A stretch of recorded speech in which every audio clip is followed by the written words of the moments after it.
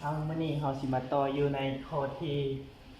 1เนาะซึ่งเป็นอยู่ในชุดที่4เนาะอันนี้เป็นการแต้มรูปผ่านอยู่ในแหวนกงรูปอันนี้จะเป็นแหวนกงรูปเนาะเมื่อมีวัตถุวางอยู่ครึ่งกลางของระยะซูมอันนี้จะเป็นระยะซูมเนาะอันนี้จะเป็นจุดศูนย์แสงเมื่อมีวัตถุวางอยู่ครึ่งกลางของระยะซูมเนาะ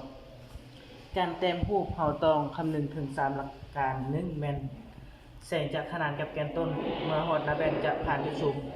2แสงจะผ่านจุดซูมแล้วเมื่อฮอดหน้าแว่นจะขนานกับแกนต้นและก็3แม่นแสงจะผ่านจุด4คือจุดศูนย์แสงไปหาหน้าแว่นเลยเนาะแต่เราจะมาเต็มอยู่ในนี้จะมีเพียง2หลักการเท่านั้นเนาะเราจะมาเบิ่งเลยอันนี้จะเป็นตัวที่1เนาะตัวที่1เมื่อวัตถุ A เนาะแสงตัวที่1จะเคลื่อนที่ขนานกับแกนต้นนี่คือแกนต้นเมื่อฮอดหน้าแว่นแสงจะสะท้อนมาผ่านจุดซูมแสงแล้วเข้ามาเต็มตัวที่2เลยเนาะอันนี้จะเป็นเส้นตัวที่2เมื่อแสงมาผ่านจุดซูมเนาะนี่เป็นจุดซูมเมื่อฮอดหน้าแว่นแสงจะสะท้อนกลับแล้วพอมาสายแสงสะท้อนทางซองเราจะได้นี่คือแสงสะท้อนของแสงที่ผ่านจุดซูม F ตัวที่2เนาะ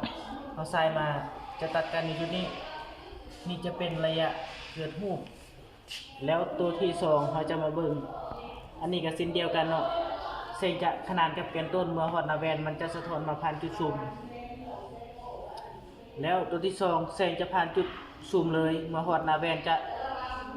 ขนานกับแกนต้นเมื่อเฮาใส่เส้นซากตัวหน้าทางหลังแว่นตรงรูปเขาจะได้รูปก็คือนี่จะเป็นรูป B เนาะซึ่งเฮาขีดเขาจะได้รูปจะเกิดขึ้นอยู่หลังแว่นซึ่งจะเป็นรูปดวงเนาะ